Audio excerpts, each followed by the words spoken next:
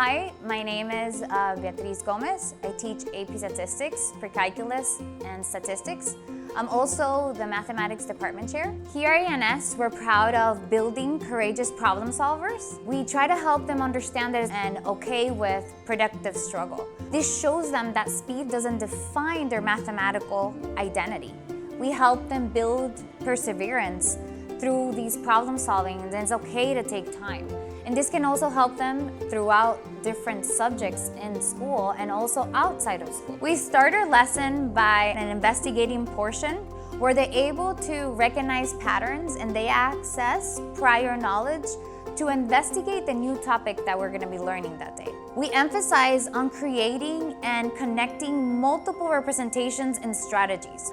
Students reflect on their own work and they try to support their own reasoning by verifying their answers, which helps them self-assess their own work, which helps them build independency in mathematics. They also give feedback in the classroom to other classmates by building this math talk community, and this helps them build a deeper understanding of the concepts. We have mentors of Mu Alpha Theta and Chi Alpha Mu that help their peers during Flex Day or community, and also they build math activities throughout the school to try to bring that positive mathematical identity to all students at ANS and help them understand that mathematics is for everyone.